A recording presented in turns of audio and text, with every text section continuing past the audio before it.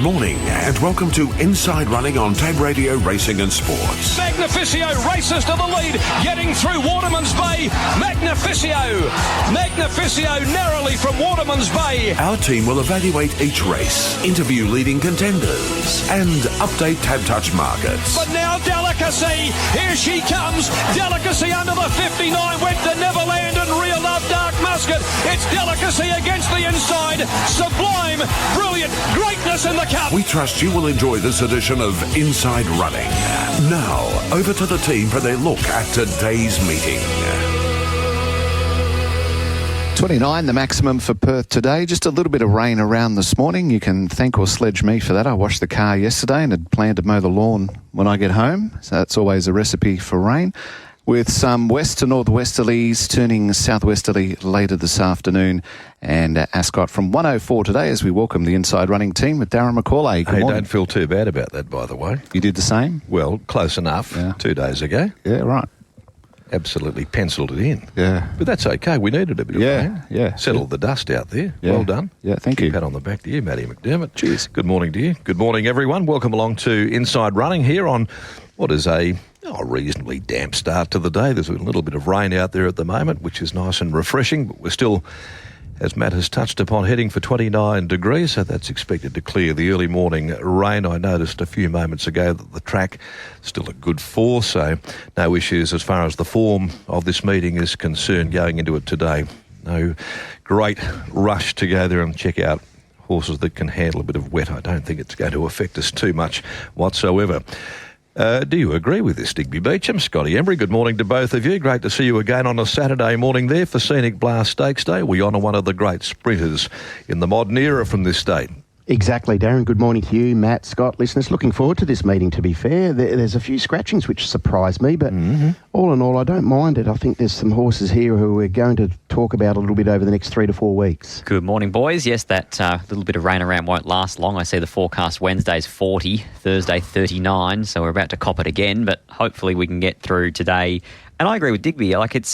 It's a bit of an off-Broadway type of meeting, but there's a few interesting gallopers going around. And some interesting markets again. I know that we keep bringing this up there, but there's been some pretty volatile action from when the markets are first coming out to what we see them here 48 hours later. It's a good thing. It's a difference of opinion. It's passion from punters. I think WA racing is certainly front of mind at the moment in the punting public. Okay, well, we've got 9 races there. The rail today at 5. Now, the wind is almost insignificant out there. It's a very, very still morning here. So, in terms of a perceived pattern, do you have one at all? Or are we going there thinking this is very neutral? I think if you did a generalisation of the entire Ascot season so far since opening day, it's been very fair, the majority of the meetings. Okay, well, let's have a look at the changes for it. We start with the Magic Millions Plate 2, Diggs, and that's coming around very quickly, isn't it, too? Magic Millions, the 20th and 21st of next month. Lots of yearling parades going on at the various stud farms, breeding operations. Exactly right. There was a big one down there at Darlingview yesterday morning, which ticked over into the early afternoon, mid-afternoon, and that was held, and that'll be an interesting draft, I think, because there was the Western Breeders Alliance. That is no longer. So looking forward to seeing what they do look like and how they present on the complex. But you're right, the sales on that Thursday and Friday the 20th and the 21st, and the race day down there at Pinjarra, which is always a great day on the 15th. Fabulous. Okay, the scratching out of race 1 is number 1, Hold My Wine. So race 1, take out a number 1. On to race number 2, the Bellis Racing We Won the Cup handicap. Did you know that, Scotty? I'm fairly well aware by now. I think most of the nation's well aware that Bellis this year won the Perth Cup. And we can take out number 6, Striking Fella, from this event, race 2, number 6. Go to the third event of the day, the Tab Touch West Speed Platinum Handicap, and it's one Outspoken Lad that has been withdrawn, as well as 8 How Pretty, so there might be something possibly unfolding there. 3 horses from the Pierce stable.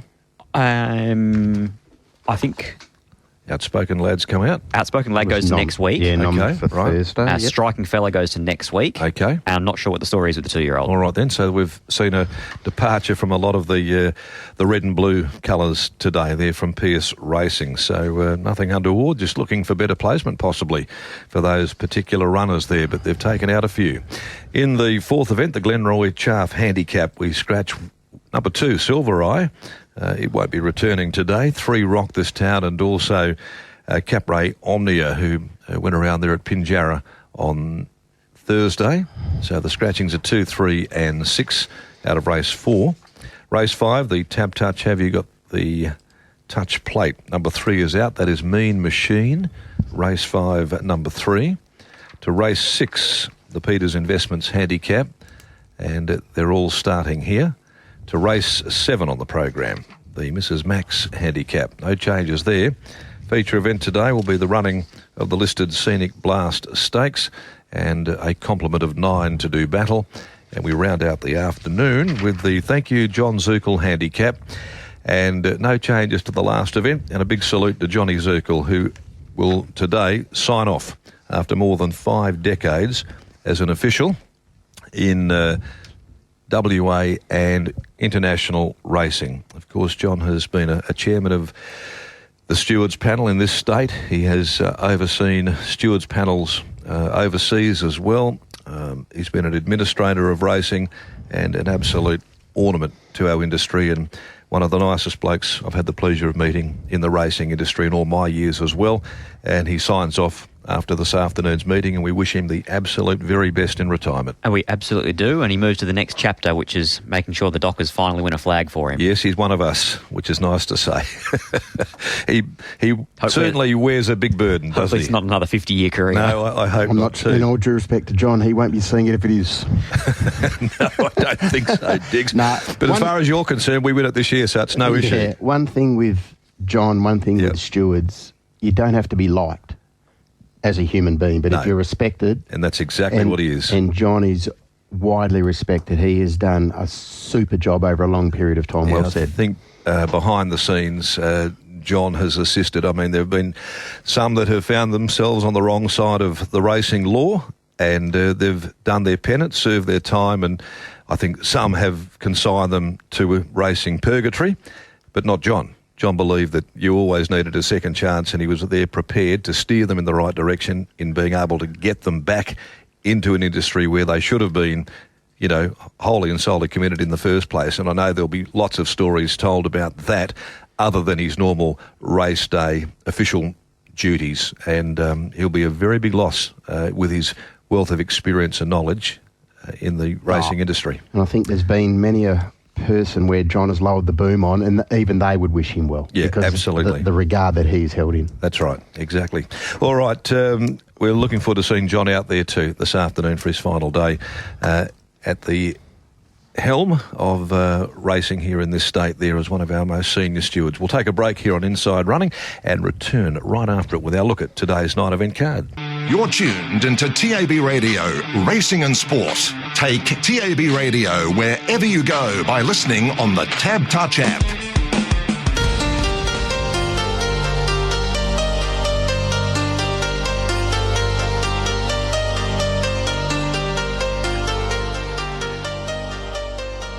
"16 minutes after 8 o'clock. Let's dig in and have a look at the form for today's Ascot program. A good form, bit of light rain around though through the metropolitan area this morning, but it will reach 29 degrees. Hold My Wine is out of the opening event on the program, leaving us with a field of 10 and quite a number of debutants in the race, which we're keen to have a good look at. Digby and Scotty there have had a very, very close dissection of their trial form recently. Matty, but what is the market telling us? All bang at 34, 460 into 420 Bundaberg. Call Nick at 15, 10 into 550 to General Sun.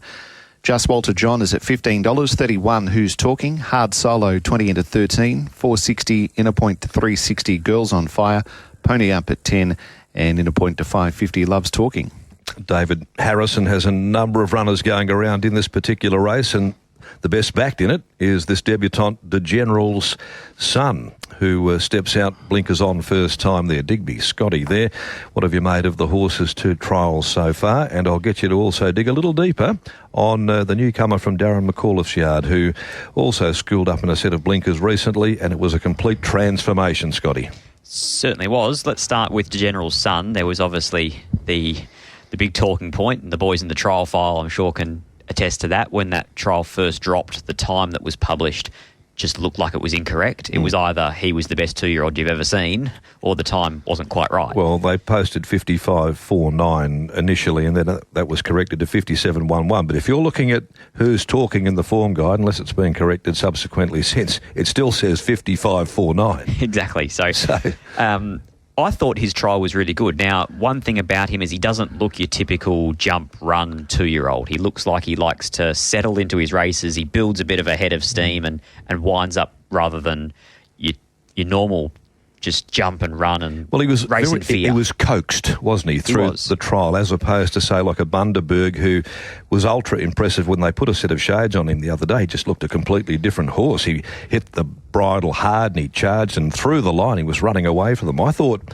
if you're looking at like for like, explosive speed, Bundaberg came out running, hit the line hard, whereas De General's Son was working his way through gears at the end of his trial, and that was over, of course, 950 as opposed to Bundaberg's recent 400 tune-up. And the Bundaberg trial before that, when Brad Parnham rode him behind the stablemate Bannard, I still thought had merit to it. Well, had no blinkers on in either of those 2 trials, so... And the way that Bannard ran on debut, you'd happily follow through on that. Yep. But there are others that are going to be natural talking points. Pony Up's been back to the trials now with the shades. This filly, she showed enough, I thought. Obviously, Luke Fernie's filly in Love's Talking still looks like she's very climby in her action, but she's got a barrier to work with and she's quite quick.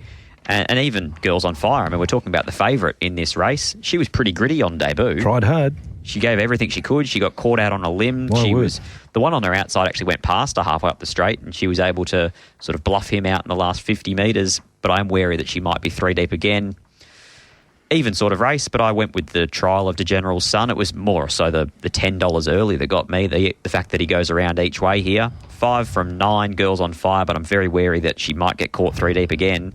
3 Bundaberg and 11 Love's Talking. 5, 9, 3, 11. Okay, Diggs, what were your impressions of these youngsters? Yeah, I saw it very similar. In fact, I've seen it exactly the same way as Scott, to be fair. De General's Son, I liked it. I liked the trial. A little bit slow to step, but once he was hooked out into clear air at the top of the straight, he let down powerfully. And for mine, he looks like he's going to be well suited here today. It's a good gate. There's a little bit of speed to his outside, but I suspect even if he doesn't lead, he's going to be handy enough. And the way that he crunched the line in that trial down there at Lark Hill on the 13th of January would suggest that today he's going to be nice and strong at the back end of 1,000. So happy to be with him. I thought the effort of Girls on Fire on debut was terrific. She found again late despite being trapped 3 deep on top of the speed, no cover.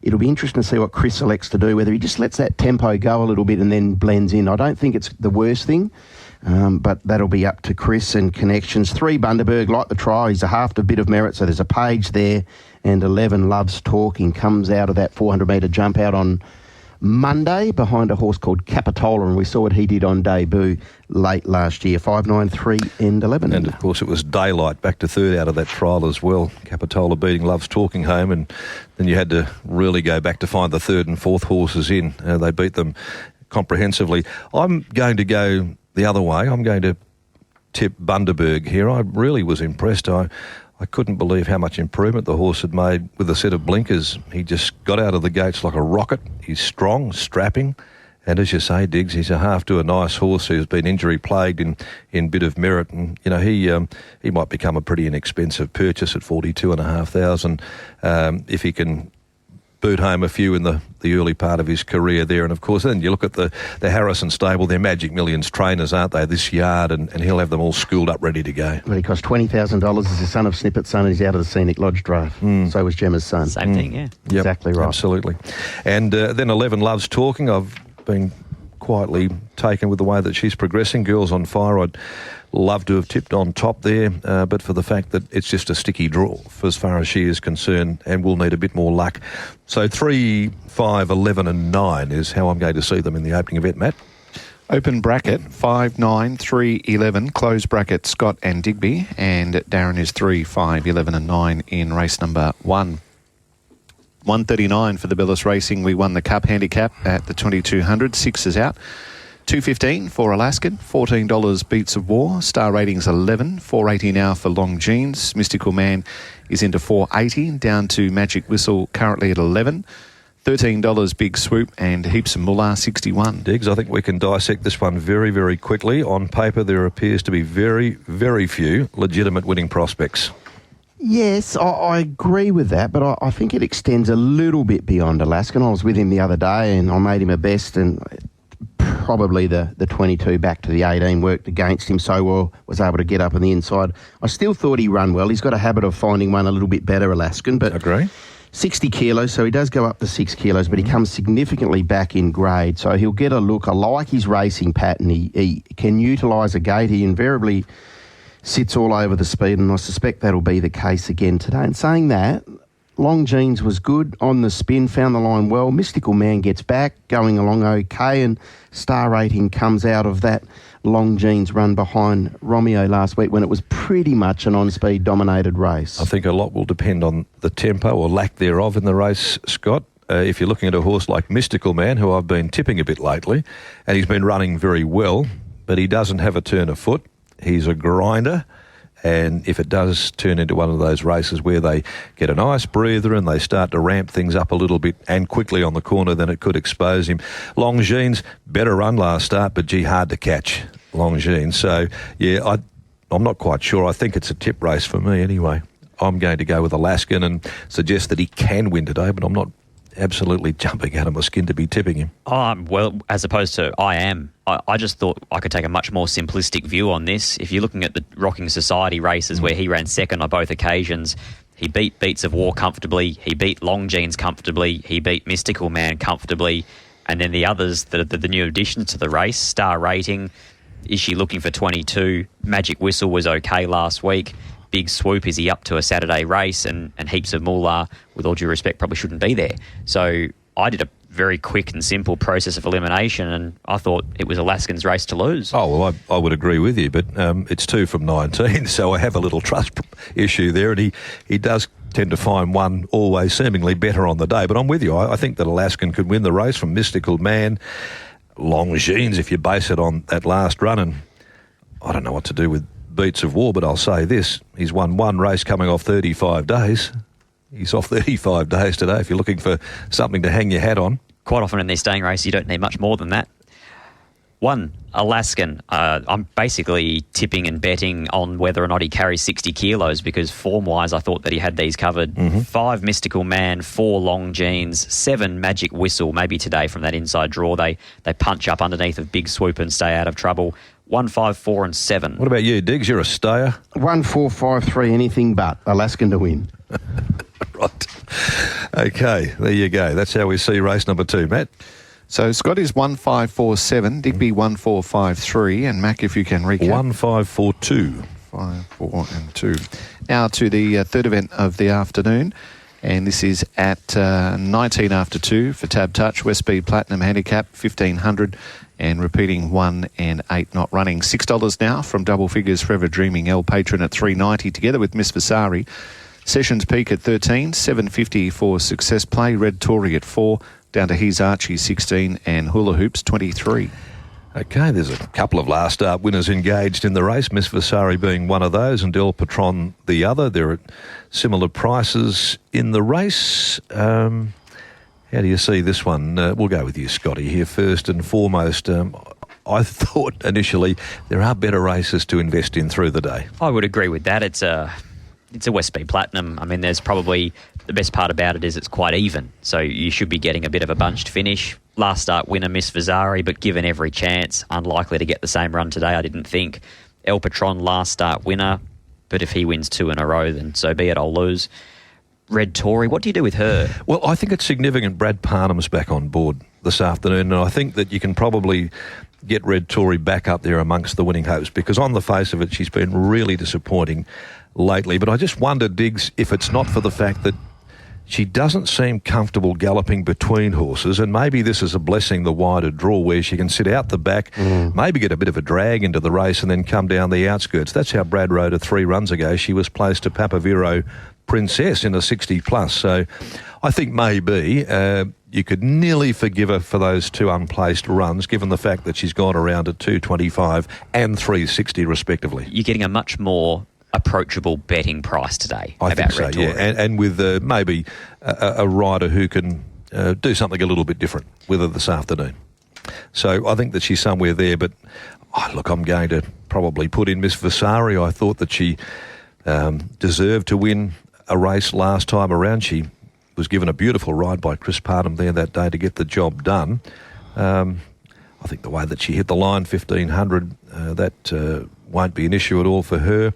The one that's been a touch on the easier side in the market, it is second up, going to 1,500. It's a quick jump, and that is Success Play. It's out the gate, but I thought there was something to like about it, given the fact that it got held up. There were excuses first up for it, and then El Patron, as you say, and I agree with you completely there. If he can win 2 in a row, well, good on the owners, but he's a hard one to catch. I thought very aptly described by Luke Campbell post-race last time. And 7 Red Tory, 4, 6, 3 and 7 for me, Scotty. 6, I'm going to go in with Success Play here on the each way. I thought the first up run, pretty luckless behind Angel Undercover in a clearly better quality race than what this is, was good. And his trial before that was really encouraging. So 6 for me each way, Success Play, 7 Red Tory, 3 El Patron, 4 Miss Vasari, 6, 7, 3, 4. Diggs. 4, Miss Vasari. I know that she had all the favours the other day, but I just thought in a race like this where they're probably not going to be breaking any records out the front, that Chris would be able to just to sit back, hopefully get in that 3 deep line and present her at the right time. She's going along particularly well. She has to carry the 59.5, but she's going along well enough, I thought, to win this race. So it's a very even affair. 4 on top from 2, Forever Dreaming. Comes back in grade from that 64 plus behind Profit and Power. We'll touch on him later. 16 back to 15 as well. And either Braden Garth, you would think, sits outside the lead or gets in a 1-1 position. And from there, the mare, off what we've seen thus far this campaign, is going along okay. So 3 El Patron in for 3rd and 7 Red Tory. I'm just not sure what to do with her. 4, 2, 3 and 7. Okay, they're 4, 2, 3, 7 there. And it's 4, 6, 3, 7 for me as well, Maddie. So let's etch them in and then head off to a break, and on the other side of it continue our look at today's racing action. And the Success Play is the tip from Scott, number 6, 7, 3 and 4. Digby's gone 4, which is Miss Vasari 2, 3, 7. Same topper from Mac as well, 4 over 6, 3 and 7. We're nearing 8:30. TAB Radio, the home of racing and sports.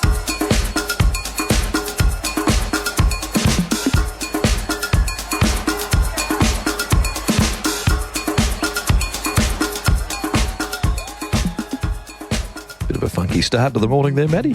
Well, we've lost our jukebox, so I'm limited to our music library, so get used to that kind of stuff. Well, we like it. It's certainly got Diggs in the move too. It was bopping. All I can see from here is a head, half a head, over a monitor. We spent 10 years just playing This Is What We Live For on repeat. So Yeah, I think this at has least got... we're well past back. This is What We Live For covered. Oh, it's got panels. Sorry, Pete. Maddie's our man. Let's, speaking of him, have a look at the market, will you? Race number 4. Lexington City at 480 now, 2-3 out, 4 under influences at 950 with Tab Touch into 440 Valsacina, 6 is out, down to Miss Flirtatious now into 420, 650 Hang Glider and into 340 Rocking Gem. They have invested like a man with no arms in this race, Scotty. They've backed a few, haven't they? Have a look at the flux. Lexington City, 10 into 480, 14 into 950 under influence, 13 into 420 Miss Flirtatious. I'm shaking my head. Yeah, but there's a fair few deductions. Oh, yeah, but I mean, Rock This Town and Capray Omni were hardly ever going to go there after Thursday. Yeah, so you had one out, Silver Eye. Silver Eye's big deduction with Silver Eye. But these markets were before Silver Eye came out. There was huge money. Miss all the way through. Flirtatious was Miss ridiculously strong. So there's 3 cents Capra Omnia, 3 cents Rock This Town, 18 cents Silver Eye. So 24 cents in the dollar. But I'm taking Macca's point. The money for Miss Flirtatious was before those scratchings. And I thought it was strange money, and I still think it's strange money. I'm with you. Because she's going to need a serious steer. Well, where does she get to from barrier? What she finished up with, 6 of 6. Where does she get to with speed from Lexington City and Rocking Gem, who's flying. I suppose that's the bonus for her, is it's only a field of 6. But I don't see a scenario in which Lexington City and Rocking Gem aren't your first pair. And so then she's either trying to slot in one out, one back, and if she lobs there, she's shown before she actually is capable of showing a turn of speed after being crossed. But I certainly wouldn't want to be taking that price point not knowing where she's going to get. No, I'm reluctant to have her in my top 4, and I could have finish up with having complete egg on my face as a result of it there. I thought that this suited Rocking Gem beautifully. Now into gate 5 with its speed out of the machine there, the way that it's going, it goes to a higher grade of race today, but it comes down to within a half off the limit. Now, I just think the way that Simon's got this horse going, the way that he's been able to really, I think, take Rocking Gem to another level, now the winner of 3 of 9 to this campaign and dominating these races. And given the fact that he beat a horse home last start who I've got a very big opinion of, a lot of Rose. I think that she's a really smart, promising mare, and had her off the steel hunting in the twinkling of an eye the other day, suggesting that this horse is right in the zone. So I'm a bit bullish about Rocking Gem here, Diggs. Are you team crosses, Lexington City? Yeah, I am. Okay. I think it's a big key to how this race is run and won. I am. I do think that he can cross with Rocking Gem, or she at least. So based on that, the one I think can probably just sit up in behind them. It hasn't had a trial at all, but I like that Joker's Grin form for Hang Glider. It's still the value in the race for me. I know it's a 1-2. That's what's hurt me. I was hoping this was a pay 1, 2, 3, and I was going to be relatively keen on Hang Glider on the each way, but now that it's a pay 1, 2, I sort of bail out of that opinion. I thought some of his runs when last in work were really encouraging. He goes well fresh. Sean McGrady knows him, rides him well, and he's got that versatility that he doesn't need to be in that speed battle early. He can just park in behind it. Valsacina, well, she's returned in career best form. There's no doubt about that. I've got Rocking Gem in for 3rd, just on the unknown of whether she would or wouldn't cross. If you could convince me 100% that she would cross and find the fence, it'd be a very different scenario for me. 1, Lexington City on the backup. I just thought he was the fly in the ointment in case Alex Hearn really put the foot down and wanted the fence.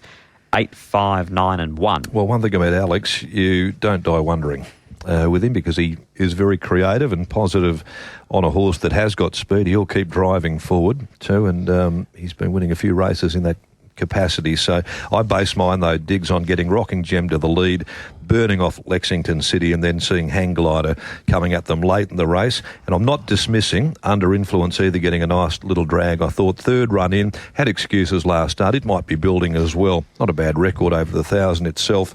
I've got it 4th best, 9, 8, 5 and 2, but I couldn't find a spot for Miss Flirtatious.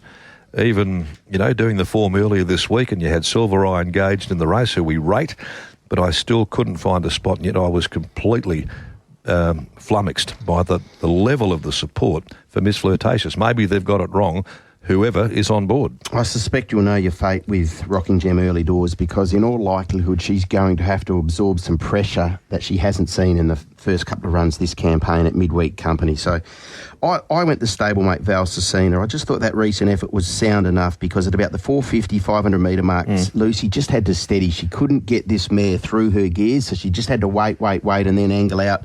I thought she attacked the line reasonably well for mine. So she's going to be behind what is a genuine tempo. She's rock hard fit, and I like the fact that Silent Yard's ticking over well. So 5 on top from 8, Hang Glider. Parks again just behind the tempo. 9, Rocking Gem, and 7, Miss Flirtatious. Clearly the beneficiary of some scratchings early doors. 5, 8, 9 and 7. I like the big fella's approach at the moment on race day there. He loiters out the back near a TV monitor. He just leaves Kel Kinnamont to do all the post-race talking, and seems very, very relaxed out there at the races at the moment, because he spends a fair bit of time celebrating with winning owners. Networking, very good at it. Very, very strong too. I think he's got a strong template out there too, and just quietly enjoying what he's doing.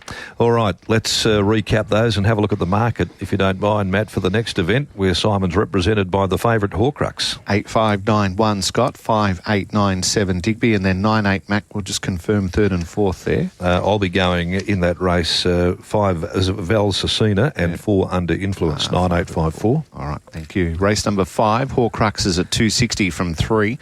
Battle Commander 23, 3 is out. Noah Quintilly at $9.50 from 11, 12 into $6.50 Timeless Gem. Rockin' the Jam is at $13, 6 now for Precious God. Shoo Shoo is at 26 and into $3.50 from $6.50. Deal Her In. Yeah, an interesting race. The fifth event of the day, Timeless Gem, has been the most robust backed of these. 12 into $6.50 has been a good move, and Deal Her In is $5.50 into that $3.40 range as well. But you've got a very much fit, in-form filly from Paula Wagg's yard in Precious God, and you've got that big question mark over the favourite Horcrux, who has to go to 59.5 and go to 1,400. That's my issue with Horcrux, is probably not so much the distance, because I think that he'll be able to bounce on the front and he probably won't cop all that much pressure. You'd imagine that potentially Battle Commander looks for the breeze, if not a Timeless Gem, but either of those probably sit off him. So it's not the distance that gets me, but the 59.5 with some pretty handy chasers. Can I just ask you, Scott, to your mark at 95%, what price you are on 3 horses, if I may? 1 Horcrux? $3.80. Okay. Precious God? $4.80. Deal Her In? $5.50. Yeah. Okay. Which is why, understandably, off those answers, I am Team Precious God. Yeah, there's a few under the odds bar her now as a result, if that's your market assessment. I thought that Craig Staples would be bullish on Battle Commander. I can't see Horcrux getting an easy time of it at all. I'd hate to think that Craig was going to take hold, because I reckon he might just start to get a bit keen and onto the bridle. Battle Commander better maybe flowing. And if that's the case, Horcrux jumps gate number 1. I can't see Geordie Turner getting a cheap time of it there. So I thought there might be enough pressure here to really bring Precious God into this race and do what she's been doing. I will happily admit she's beaten nothing so far. I mean, the maiden form of what she beat down at Pinjarra Park is simply not holding up. It was about her and nothing else in that race. And then what she did to them the other day in a 3-year-old No Metro was arrogant. It was. But she didn't beat anything. And the thing is about her, Diggs, here is that she is very fit for 1,400 as opposed to some of her rivals. And speaking to some people close to the horse this week, she's in particular good order. Really, really sassy, has taken no harm from that win on the 15th of January. Neither she should, because she had a really good time of it on that occasion. But hot weather hasn't knocked her around. She's in excellent order. And again, we talk about the beneficiaries of scratchings. I think she's a big one with Mean Machine coming out. Agree. I really do think that there's enough top-end speed here. And the one that I'm really interested in is the one that the market also has taken a shine to, and that is Timeless Gem, second up. I know it's at 1,100 and knocked me down with a feather. I'm doing something a bit different, Scotty. But Supernatural, what price would it be in this race? Well, exactly right. We'd be talking about her and very few others. Good run. Liked its effort first up. So it's definitely right there in and amongst the primary winning chances in the race for me. But I'm with you. Scott, you're sticking with Precious God? I am. Yeah, I'm with you. I'm very much with you. I think she's a definite chance of measuring up, and the beautiful part that I probably didn't see coming is that we're getting a decent enough price to find out. Yeah, she still holds up very well, all things considered. I'll be 7 and 5. I'm going to include Dealer In. I think that this is a filly with upside. Love that performance. Again, that Mangafira form down there, I think that's going to hold up. And they didn't forget to back her. She was 12 into 440, and they've backed her again here, and she's got a mountainous amount of owners that'll be out there today in force. Yep, the people connected with those that won the Cup this year, apparently. Yes, apparently. Okay, Diggs? Yeah, I'm with Precious God as well. I like the fact that this filly, even though she is deep into the campaign, clearly is taking no harm from it. So she gets a gun run. She drops down from the 58 to the 55 for her first foray into this company. But if she gets a similar sort of run to what she experienced there midway through this month, I think she's going to give you a really good look at an each-way quote. So 7 Precious God on top from 1 Horcrux. It was an arrogant win the other day. That was over the 1,100. Goes out to 1,400 now. Has been at this trip previously. That was in the Faritha, beaten 3 3/4 behind September Born. Now, was he suited by the way that track was playing that day and where he landed? Maybe, maybe not. But I think you can't sort of consign him to say he can't run 14s, whether he can carry the weight. 5, Timeless Gem. Have some time for this horse. Clearly this yard goes along very, very well. And 9, Dealer In. It was hard not to be impressed with what she produced in the lead up to that debut effort. We spoke to Luke Campbell in the Hour of Power, and he said he was really looking forward to a Sunday ride aboard Dealer In. Now, he's not on today, but clearly the filly has great deal of talent, and aren't the ownership group having some fun at the moment? So 7, 1, 5 and 9 for I. Okay, 7 with you as well. Precious God for me also from 5 timeless year, 9 Deal Herin, and 4 Noah Quintilly is the one that I'm going to include into the 4th box there. I haven't got the favourite Horcrux there, and I think it's a culmination of the factors of both 1400, which I have got a suspicion about, and also the 59.5 at the 1400. So for that reason, it's a bit short for mine. I can't have it there in my placings, but I'll be told otherwise that I'm a complete dill after the race. Mine's very easy, Matty Mac. It's the exact same as Digby in the exact same order. Right, open bracket again. 7, 1, 5 and 9. Scott and Digby, closed bracket. And then Mac has gone 7, 5, 9 and 4 in race 5. The Peters Investments is race 6 at 10 after 4, 1,800 metres. First leg of the quaddie here, $2.30, Profit and Power, 18 into 11 for Here for Checks. Brave Contender, 51, 480 out to 9, Catch These Hands. Bad Wolf at 23, 71, Blazing Kazar, 330 into 250, Bold Hero, 71, Divine Mercy, Icebergs at 16, $20, Ocean Zara. Going enormous at the moment, Profit and Power there. Goes to the 59 today after the claim of Luke Campbell there. He's won 3 of his last 4, beaten in the last bound at his most recent run to So War, who's been going along very consistently.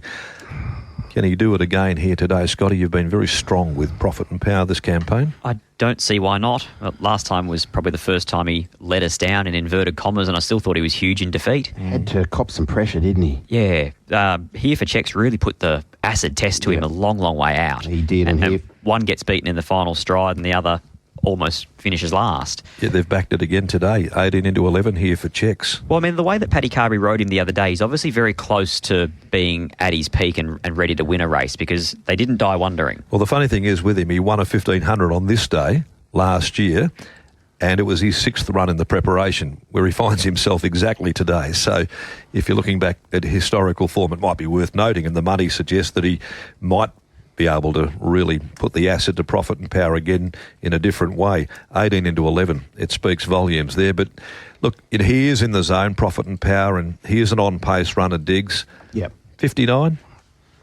No in a issue. 66 plus? No, I don't have an issue with that. Nope. No, not for me. And one thing with him, given his racing pattern, he is going to have, in all likelihood, a field advantage over perhaps his main rival here, that being Bold Hero, who steps out to 1,800 second up. Imagine if there's a scenario where Bad Wolf lobs in the breeze too. He's got that wonderful scenario where he's got a roughie to his outside, shake him off and go for home. And that brought me to a potential scenario where I thought the danger could have been the horse leader's back, and that being Catch These Hands. Yeah. He got the job done in a very moderate staying race down at Albany last start, but he had to carry 61.5. Going back 3 starts prior when he almost ran down Idyllic Ruler. It was the same scenario. He ended up leader's back. Yeah, the market doesn't like him here, but I tend to agree with you. I think that he's high end. I think it's just a great map for him. You sit leaders back with probably the best leaders back rider in the state in Sean McGruddy, and you follow the favourites every footsteps. 1 from 4, 7 Bold Hero. What he showed at the trials was he wasn't just a winter wet tracker, and what he showed first up is that when you allow him to balance, he's actually got quite a nice little change-up speed to him. Looked fantastic in the yard too. He's very strong and he's big, isn't he? Big boy. And 10, Ocean Zara. I mean, she's an 8-year-old mare, but whatever's happened in the last couple of starts, she's racing in career best form again. 1, 4, 7 and 10. And you, Diggs? 1, 7, 4 and 3 for myself. Profit and Power to win again today from 7 Bold Hero. Just a sticky map. I'm not sure what Chris elects to do there today. 4 Catch These Hands. I concur with Scott in regards to where this fellow is going to lob. And 3 Brave Contender. I thought the effort down there behind Agent J wasn't that horrible, and it's that sort of race, but clearly the market gravitating towards the 1 Profit and Power and 7 Bold Hero. 1, 7, 4, 3. I've gravitated with them as well and gone 1 from 7 Bold Hero, 4 Catch These Hands and 10 Ocean Zara. So the same 4, the order just marginally different to Scotty's there, Matt. And all agreeing with the top one. Number 1, Scott, 4, 7, 10. Digby, 1, 7, 4, 3. Darren, 1, 7, 4 and 10. We'll pause now at 12 to 9. Look at the last 3 in a sec. TAB Radio, the home of racing and sport. 10 minutes away from 9 o'clock. We had a bit of rain around there this morning. Not quite sure what it's doing outdoors at the moment. Hasn't impacted the track though. Still a good 4 if you've just joined us as we head on into the last 3 races on the card. And we do that at 4:47 today. It's a slightly amended starting time to this second leg of the quaddie. It's the Mrs. Max Handicap and it's over the 1600, the metric mile. Not a bad little race either. Matty, let's dig into the market. 13 for Red Sun Sensation. Sensational 420 into 280. 11 into 950 Ginger Green. So Wars at 14.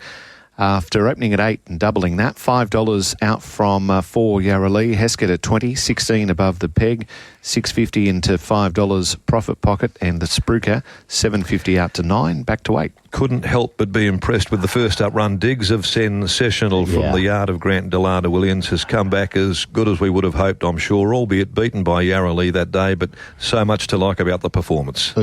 Uber keen here. Sensational gets a 1.5 kilo swing on Yarra Lee. 1600, second up. Love the way that he closed the other day. Yarra Lee was perhaps afforded the favours from where she landed in the run. No knock on her though. She's doing a good job this campaign, but Sensational attacked the line really, really strongly over the concluding stages to get past Papavero Princess, and I suspect the extra 200 metres today is going to work in his favour.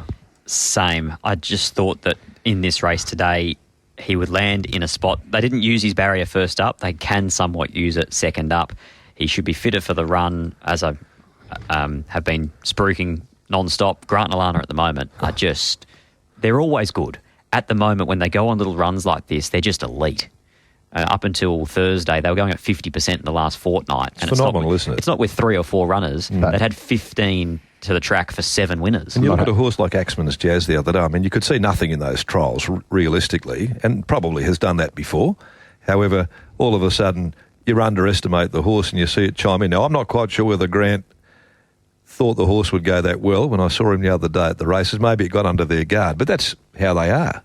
And this horse just climbed over the top of them. That's also the difference between Grant and Alana when they separate themselves. It's not disrespectful to any other trainers, but when you've got a horse that hasn't raced for 18 months, the expectation is they're probably going to the races for a good, positive experience. I think the difference is with Grant and Alana's, they're still there to win. It's crazy. And you say at the moment, Scott, but you only have to go back through the Pinnacles and what they were doing. You know, they're hitting it out of the park week after week, weren't they? It's been more than at the moment. It's been going for a number of years now. And they're plucking them from everywhere. You see Too Soon make his WA debut and you think, geez, so exciting. Could this thing win a derby? And then you see Eccentric Nature make his first run in Western Australia and you think, geez, this will just keep winning.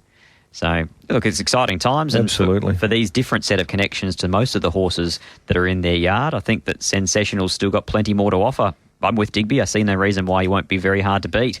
5 Yarra Lee, she's been in great form all the way through. She's just had a lot of hard luck stories. She showed last start when the gaps are there for her, she's more than willing to take them. 8 Profit Pocket, forgiving last start. Every now and then she's the kind of mare that just spits the chewy out. Do you reckon Steve might just roll forward and try and lead on it today? Because she got onto the bridle a bit the other day and a bit keen. I looked at the map here and I thought, well, maybe this is one where he could go to the front, back to the mile, and just test the waters. 5 career wins, all of them parking in the breeze. Incredible. And so today, I'm sure they'd ideally like to sit outside of one, but if she has to take it up, then so be it. She'll be there for a long, long way. I'm not quite sure which is the one that could lead the race, to be honest. I thought it was her. And 4, So War, 2, 5, 8 and 4. Okay then, well, you give a good stat, Profit Pocket breezing. Here's one there. 6 starts, 4 wins at the mile, Sensational, Diggs.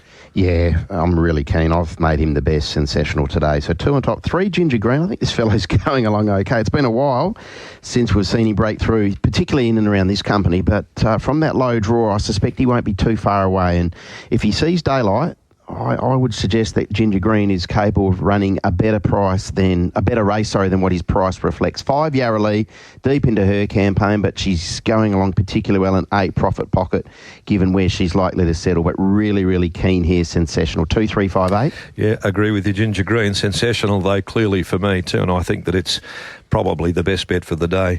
On a day where I like a few, Ginger Green, I do think will get a lovely run. Might have to be content with another minor placing here for Steele, the Tin Man Casey, and 8 Profit Pocket ahead of 5 Yarra Lee. 2, 3, 8 and 5, Matt. So all agreeing with horse number 2, that is Sensational. 584, the minors from Scott. 2, 3, 5, 8, Digby. 2, 3, 8 and 5 from Mac in the 7th. The Scenic Blast is at 524, listed race 1200, $21 for Hot Z, Man Crush. 440 out to 650 is back into 6, 20 into 15, Snowdome, Triple J, 5 into 480, Premium Choice got out to 6, back to 550, 34 goes to Walks, Norwich got out to 950, back now to 9, 550 into 5, Rock and Rupert, and Twain's Angel, 550 into 460. Okay, well, if still Casey could win race 7 or go close to it, I think the Caseys can continue the trend because Dad and Bro have got 2 runners there. Both have got undeniable chances. Twain's Angel, Rock and Rupert, I feel, in the Scenic Blast Stakes there. What's your view, Scotty? I'm quite keen on Twain's Angel. I've got a bit of a reservation about barrier number 1. It's just a bit of a sticking point that she's going to have traffic to overcome, but the way that she attacked the line in the Miss Andretti once she got out, I thought suggested that the extra 100 to the Scenic Blast, staying on the minimum, she was the one to beat. Is she leaders back or 3 back? She's not leaders back, but she might be, and I'll explain that. I think Norwich will break them open today. Yep. And so there might not be a leaders back horse, but she might be in that next pairing. If that makes sense? Do you think she then turns for home and is the first one to set out after Norwich? I would imagine that if Norwich does what I think he'll do, and that's break them open today, that Man Crush and Snowdome probably lead up the chasing brigade, and then she's the next horse onto the scene. That's the way I sort of envisage the race being run. Okay, I'm agreeing with you in regards to Twain's Angel. I'm going to follow the same form as the winner from last year. Real Danger won this race, coming off finishing 3rd in the Miss Andretti, as did Twain's Angel at her most recent run. So I think that could be a bit of a template, possibly.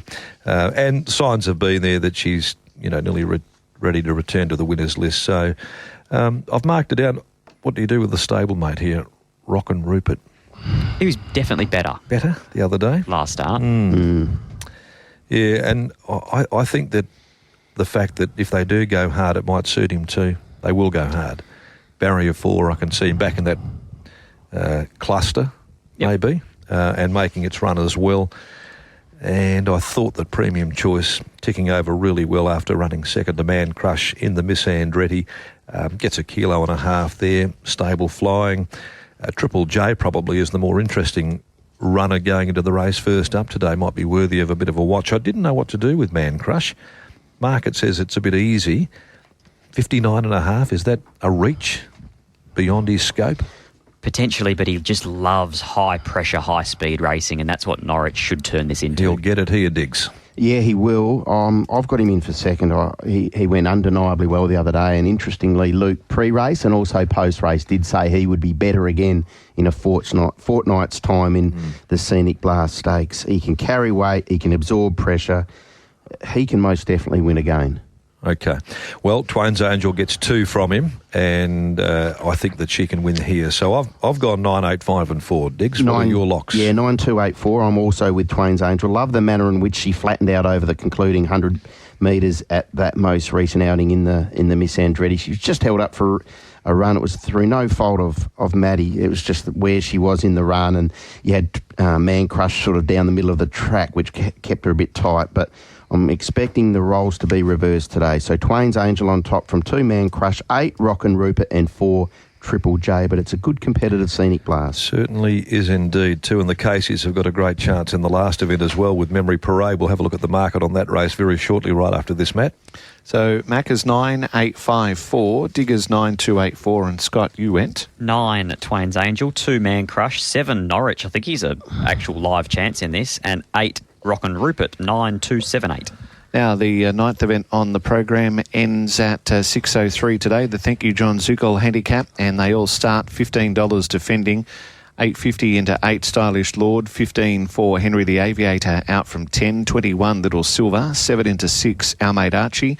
Don't Wait for Luck, 11 into 9.50, Flying South 15 into 9.50.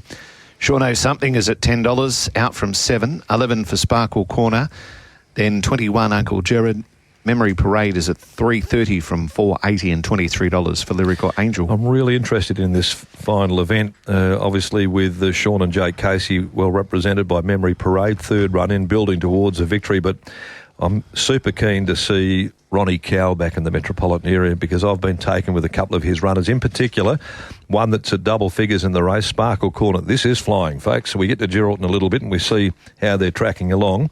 And we thought that when Sean O'Something came to town for that regional championship final, it would be very hard to beat, trying to thread all the form together. But you see horses there that they catch the eye, you know that they're in the zone. And Ron, a very good trainer and traveller of these horses, I think he's got a really big opportunity here to pick up another race in the city. And I think the benefit or the big thing for Sparkle Corner is that there's only really two speed horses, being Sparkle Corner and Little Silver. So I would think that at worst case scenario, from barrier 12 of 12, that Sparkle Corner probably finds the breeze. That's a great outcome. Yeah, I agree. And the most recent win was impressive, really impressive. The form lines are solid. The figures out of the wins have been good as well. For a graduation 1,400 metre race where you've got a $3.30, $3.40 favourite, it bats a lot deeper than most. It's a good competitive affair and you can make a case for multiple runners here. I certainly agree with you. Now, I believe that you were best bet Memory Parade last week, Dick Dog. 7 days later, yes or no? Not a best, but on top. Just a little bit slow to step, strung up behind them for a stride. No momentum when the others were off and gone. 100%. Lon's Delight was flooding down the middle of the track. So I just thought today, off the spin, yards going well, good gate, 1,400. That was the way I went. It might be the soft option, but I'm a bit loath to sort of throw them to one side, having made them the best bet the week prior. Oh, fair call too. I think that Memory Parade is probably the horse to beat, but I thought if there was a bit of value in the race, it could be Sparkle Corner. I love the way it's going. High speed, it'll come across. It'll be charging forward, and it's been destroying them up there. Yep. So I'm thinking $11 is appealing enough. I do respect Memory Parade enormously, and thought that Stylish Lord was probably in this too to some degree.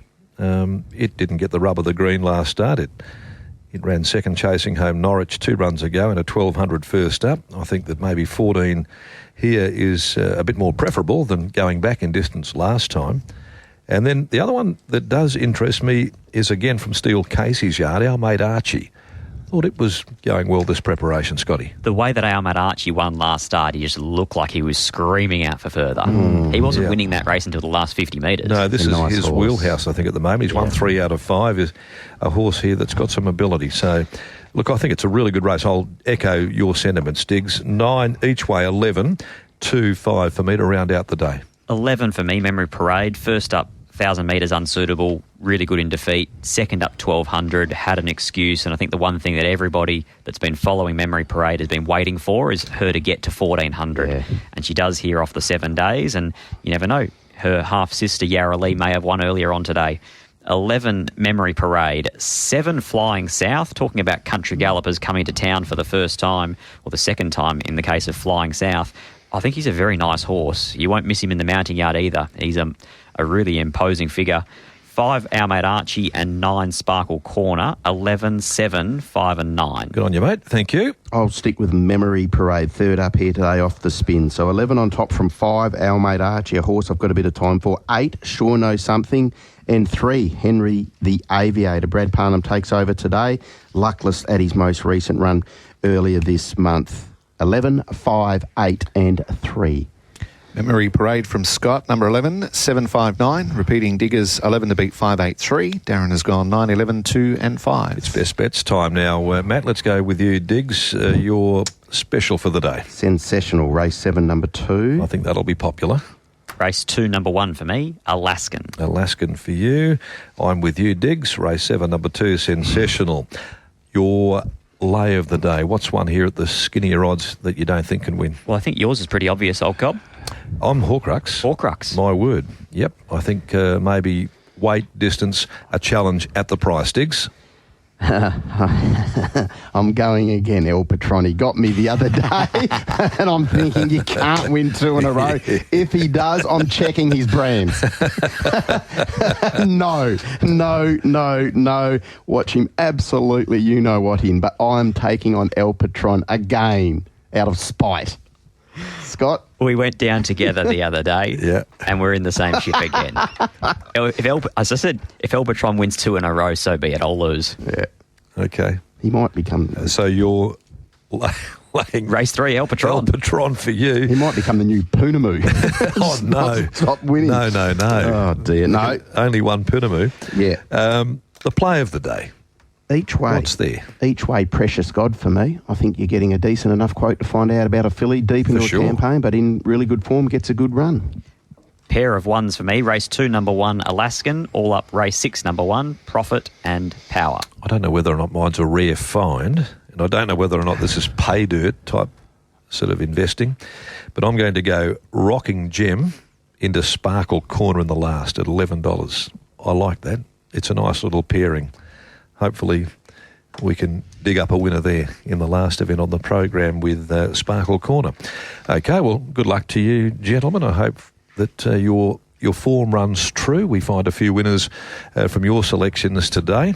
We'll be back just prior to 1 o'clock with the first for the 2-year-olds, the Magic Millions plate, and I think we can expect that bit of rain around this morning there hasn't been heavy at all, but it's expected to clear up, and we're heading for 29 degrees later today, Matt, so conditions mightn't be all that bad.